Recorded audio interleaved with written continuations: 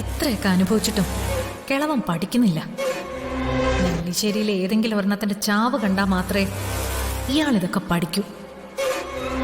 ഇനിയിപ്പോ അത് മാത്രമേ വഴിയുള്ളൂ. ഇയാൾ എന്നെ കൊണ്ടത് ചെയ്യിക്കും.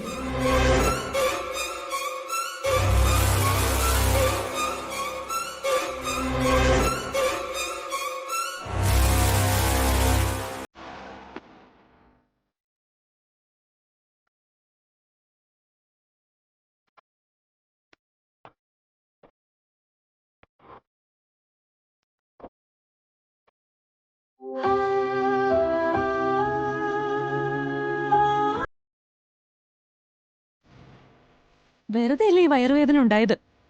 ഇത്രയൊക്കെ ടെൻഷൻ കൊണ്ട് നടന്നിട്ട് ഈ പ്രഗ്നൻസി അബോട്ടായി പോയില്ലല്ലോന്നാ എന്റെ അത്ഭുതം. നിങ്ങളൊരു കാര്യം മനസ്സിലാക്കണം, ഈ പ്രഗ്നൻസി എത്ര പ്രഷ്യസ് ആണെന്ന് നിങ്ങൾക്ക് അറിയാലോ. എന്തായാലും ബ്ലീഡിങ് ആവാഞ്ഞത് ഭാഗ്യം.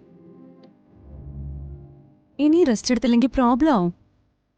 പിന്നെ ഡോക്ടറെ കുറ്റം പറഞ്ഞിട്ട് കാര്യമില്ല. 3 months ബെഡ് റെസ്റ്റ് എടുത്തേ പറ്റൂ. ടെൻഷൻ ഉണ്ടാക്കുന്ന ഒന്നിലും എടുത്ത് ചാടരുത്. ഞാൻ പറയുന്നത് മനസ്സിലാവുന്നുണ്ടോ? സത്യത്തിൽ ഇയാളെയാ പറയേണ്ടത്.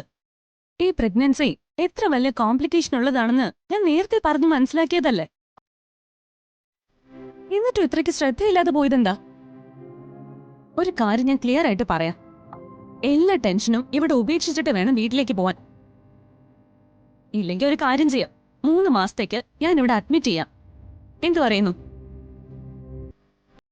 സോറി ഡോക്ടർ, ഇനി ഞാൻ നോക്കിക്കോളാം. നോക്കിക്കൊള്ളാന്ന് പറഞ്ഞിട്ട് കാര്യമില്ല, നോക്കണം. കൃത്യമായിട്ട് ബെഡ് റെസ്റ്റ് എടുത്തില്ലെങ്കിൽ ഏത് നിമിഷവും അബോർഷൻ സംഭവിക്കാം. ഇപ്പൊ തന്നെ ഒരു ഡേഞ്ചറസ് സ്റ്റേജില്.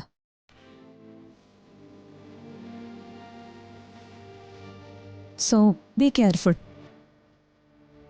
ഇത്രയൊക്കെ കഷ്ടപ്പെട്ടിട്ട് ഇനി അതിനെ ഇല്ലാതാക്കണോ? ഡോക്ടർ, ഒന്നും സച്ചേട്ടന് കുഴപ്പമില്ല, എല്ലാം എന്റെ തെറ്റാ. ഇനി ഞാൻ ശ്രദ്ധിച്ചോളാം. ആരുടെ തെറ്റായാലും ഉള്ളത് നിങ്ങൾ തന്നെ സൂക്ഷിക്കണം. ഇല്ല ഡോക്ടർ, ഇനി ഞങ്ങളുടെ ഭാഗത്തുനിന്ന് ഒരു കുഴപ്പമുണ്ടാവില്ല. എല്ലാം ഞാൻ നോക്കിക്കോളാം.